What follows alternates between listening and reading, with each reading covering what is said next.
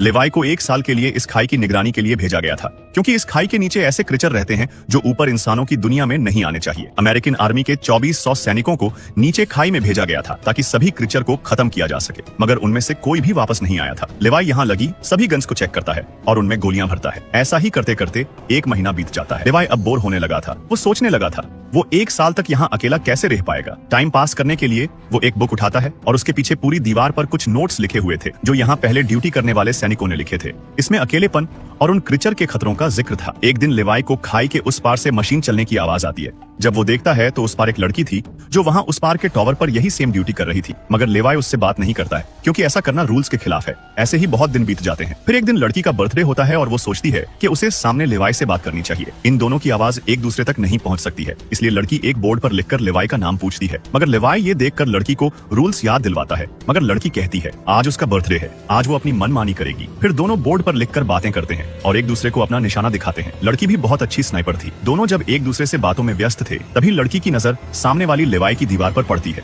नीचे से वो खतरनाक क्रीचर ऊपर चढ़ रहे थे। लड़की इशारे से लेवाई को बताती है। लेवाई जब उन्हें देखता है तो हैरान रह जाता है। उसने पहली बार उन्हें देखा था और वो एक नहीं बल्कि सैकड़ों की संख्या में ऊपर चढ़ रहे थे। लेवाई उन्हें अपनी स्नाइपर से एक एक करके मारने लगता है, मगर वो बहुत ज्यादा थे, इसलिए लड़की भी मशीन गन से लेवाई की मदद करने लगती है। इसके बाद वो क्रीचर लड़की की तरफ भी आने लगते हैं। दोनों उन क्रीचर्स से लड़ रहे थे। तभी लेवाई देखता है कि एक क्रीचर लड़की को ऊपर चढ़कर मारने ही वाला होता है कि तभी लेवाई उसे शूट करके लड़की को बचा लेता है। वो दोनों पूरी रात लड़ते रहते हैं और अब उन्हें समझ आ गया था ये जगह कितनी खतरनाक है और यहाँ अगर उन्हें जिंदा रहना है तो उन्हें साथ मिलकर लड़ना होगा।